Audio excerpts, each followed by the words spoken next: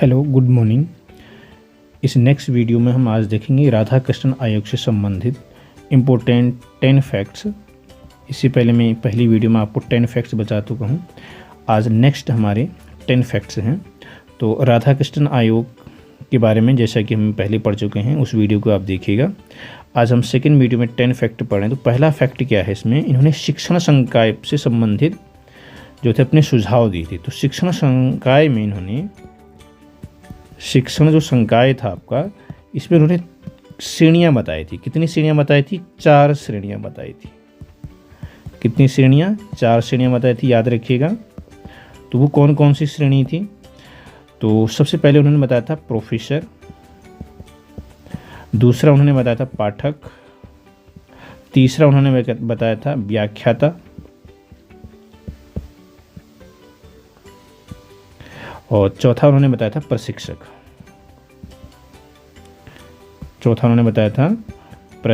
ये 4 उन्होंने श्रेणियाँ बताई थी, प्रोफेसर, पाठक, व्याख्याता और प्रशिक्षक। नेक्स्ट फैक्ट है कि इन्होंने विश्वविद्यालय संरचना पर स्तर बताए थे। कितने स्तर बताए थे? ये एग्जाम में आता है। तो कितने स्तर बताए थे? 3 स्तर उन्होंने बताए थे। तो पहला जो स्तर था वो था स्नातक। कितने वर्ष का हो? 3 वर्ष का होना चाहिए। दूसरा उन्होंने बताया था पीजी यानी कि स्नातकोत्तर। ये इन्होंने बताया था 2 ईयर का बताया था। और जो तीसरा जो था स्तर वो था शोध, रिसर्च। शोध पर इन्होंने 2 वर्ष के लिए इन्होंने बताया था। तो स्नातक होने चाहिए 3 साल, पोस्ट ग्रेजुएट यानी कि स्नातकोत्तर जो होना चाहिए 2 वर्ष का होना चाहिए, और शोध जो होना चाहिए ये भी 2 साल का होना चाहिए। थर्ड फैक्ट हम पढ़ते हैं। इसी में विश्वविद्यालय की जो संरचना थी, इसमें उन्होंने क्या बताए थे? 3 श्रेणियाँ भी बताई थी। क्या बताई थी? श्रेणियाँ। जो संरचना थी विश्वविद्यालय की संरचना में, उन्होंने 3 स्तर के साथ साथ 3 श्रेणियाँ भी बताई थी। तो क्या क्या श्रेणियाँ थी वो? पहली जो श्रेणी थी वो थी कला, दूसरी जो थी विज्ञान, और जो तीसरी जो थी वो थी व्यावसायिक और तकनीकी शिक्षा। व्यावसायिक एवं तकनीकी शिक्षा पर उन्होंने बल दिया था।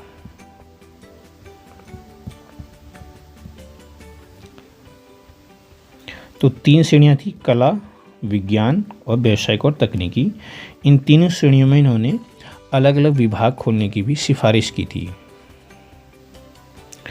फोर्थ फैक्ट पॉइंट है, ग्रामीण जो क्षेत्र हैं उनमें भी इन्होंने जो है अपना सुझाव दिया था। तो ग्रामीण क्षेत्र होते हैं उनमें क्या होना चाहिए? ग्रामीण विश्वविद्यालयों की स्थापना भी इन्होंने करने का सुझाव दिया। ग्रामीण विश्वविद्यालय को स्थापित करने का इन्होंने सुझाव सर्वप्रथम दिया था, और उनको संबद्ध महाविद्यालय उनसे खोले जाएं, ये भी उन्होंने सुझाव दिया था। फिफ्थ पॉइंट हम पढ़ते हैं इसका इम्पोर्टेंट फैक्ट में। इन्होंने जो था एनसीसी की प्रशिक्षण पर भी बल दिया था। किसके प्रशिक्षण पर बल दिया था? एनसीसी की प्रशिक्षण पर बल दिया था। सिक्स्थ है कि 12 वर्ष की अगर आयु बिता ले कोई बच्चा, स्कूल में जाने के बाद ही वो कहाँ जाएगा? यूनिवर्सिटी में जाएगा, विश्वविद्यालय में जाएगा। जब तक कि वो 12 वर्ष की स्कूली शिक्षा प्राप्त नहीं करे तब तक वो विश्वविद्यालय नहीं जाएगा। 7वां फैक्ट इम्पोर्टेंट पॉइंट है कि 180 दिन की जो है यहाँ पर होनी चाहिए, साल में 180 दिन की यहाँ पर कक्षाएं होनी चाहिए, और सप्ताह में 18 घंटे होने चाहिए। और 180 दिन क्या होना चाहिए? 1 साल में होना चाहिए। 8वां इम्पोर्टेंट फैक्ट है कि इन्होंने उच्च शिक्षा को समवर्ती सूची में लाने का सुझाव दिया। कौन सी सूची में?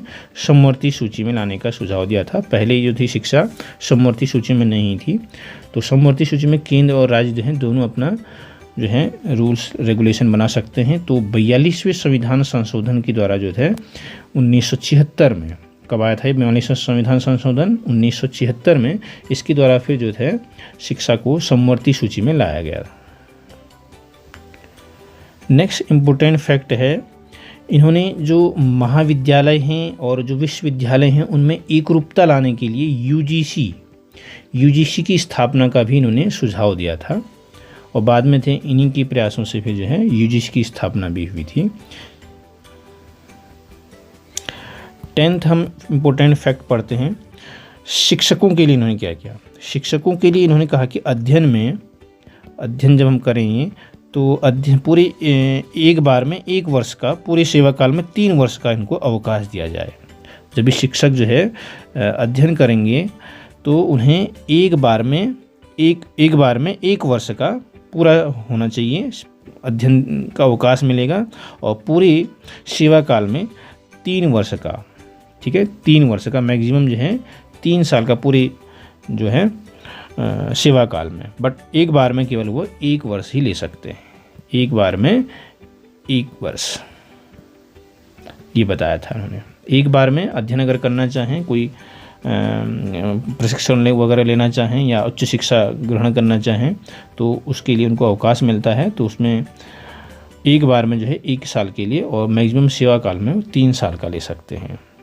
साथ ही इन्होंने रिटायरमेंट की जो आयु थी 60 साल से बढ़ा करके 64 वर्ष कर दी। कितने साल से बढ़ा करके? 60 साल से बढ़ा करके 64 साल करी, 60 साल से बढ़ा करके 64 साल। तो क्वेश्चन आ सकता है कि ऐसा कौन सा आयोग था जिसने शिक्षकों की जो आयु थी, रिटायरमेंट आयु जो थी, वो 60 से बढ़ा करके 64 वर्ष करी? तो विश्वविद्यालय आयोग, यानी कि राधाकृष्णन आयोग। साथ ही इन्होंने जो विश्वविद्यालय की संरचना में और संगठन में बताया था कि विश्वविद्यालय में 3000 छात्र होने चाहिए। कितने छात्र होने चाहिए? 3000 छात्र होने चाहिए। कहाँ? विश्वविद्यालय में, विश्वविद्यालयों में।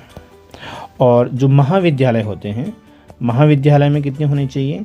वो 1500 से अधिक नहीं होने चाहिए। तो विश्वविद्यालय में 3000 स्टूडेंट होने चाहिए और महाविद्यालयों में 1500 जो होने चाहिए वो छात्र होने चाहिए।